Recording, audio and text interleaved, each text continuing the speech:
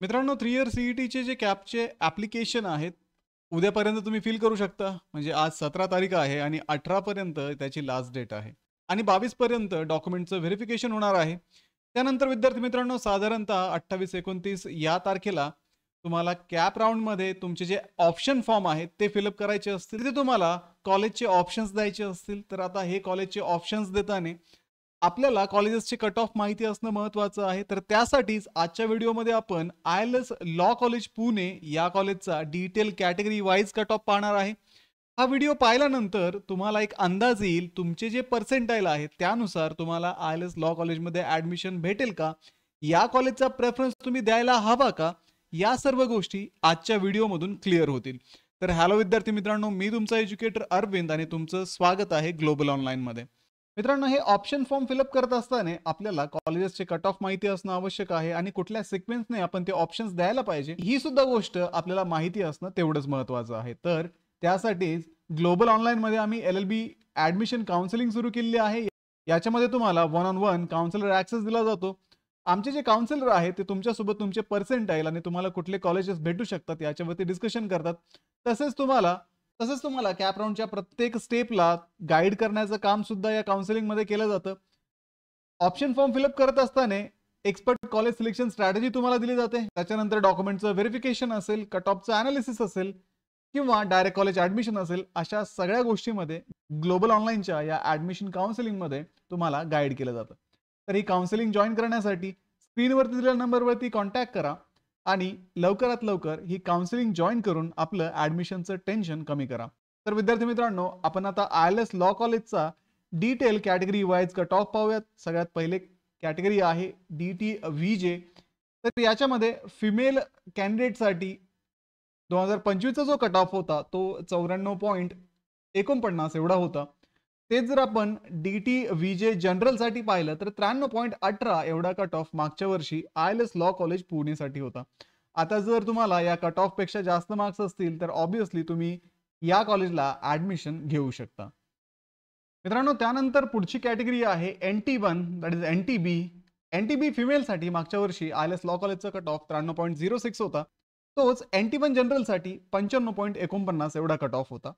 त्यानंतर आपण पुढची कॅटेगरी जर पाहिली तर NT2 मध्ये फिमेल कॅन्डिडेटसाठी कट ऑफ 95.37 होता. तोच कट ऑफ जनरल कॅन्डिडेटसाठी NTC मधून 97.81 एवढा होता. त्यानंतर पुढे आहे NTD, that is NT3.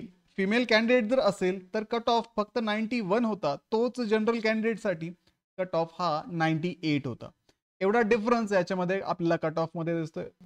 Obviously इथे NT3 फिमेलमधून ॲप्लिकेशन कमी आले असतील आणि जेवढे ॲप्लिकेशन आले असतील त्याच्यामध्ये 91 जे आहे ते हायेस्ट मार्क्स असणार आहे. त्यामुळे त्या फिमेलला तिथे 91ला ॲडमिशन मिळालं. पुढे आपण जर पाहिलं तर OBC कॅटेगरीसाठी मल्टिपल रिझर्वेशन्समधून, मल्टिपल कोट्यामधून इथे ॲडमिशन आले होते. जसं की फिमेल कॅन्डिडेटसाठी 94चा कट ऑफ होता. फिमेल डिफेन्स कॅटेगरीसाठी 89चा इथे कट ऑफ होता. OBC जनरलसाठी 96, OBC जनरल डिफेन्ससाठी 93 एवढा कट ऑफ होता. तेच जर आपण OBC जनरल फिजिकली हँडिकॅप पाहिलं तर 81चा कट ऑफ इथे मागच्या वर्षी होता. म्हणजेच इथे फिजिकली हँडिकॅपचे जे ॲप्लिकेशन आहेत ते जेवढे आले होते त्याच्यामध्ये 81चा जो होता तो हायेस्ट मार्क्स असणारा कॅन्डिडेट होता. त्यामुळे 81 एवढं खाली या ILS लॉ कॉलेजचा कट ऑफ मागच्या वेळेस फिजिकली हँडिकॅप OBC जनरलसाठी आला होता. त्यापुढे आपण जर पाहिलं तर ओपन EWS मध्ये 96.16 हा फिमेल कॅन्डिडेटसाठी, ओपन EWS जनरलसाठी 94.23 एवढा कट ऑफ मागच्या वर्षी आपल्याला पाहायला मिळालेला आहे. पुढे ओपन कॅटेगरीमधून सुद्धा मल्टिपल रिझर्वेशनमधून इथे ॲप्लिकेशन आले होते. फिमेलसाठी कट ऑफ 99.10 होता.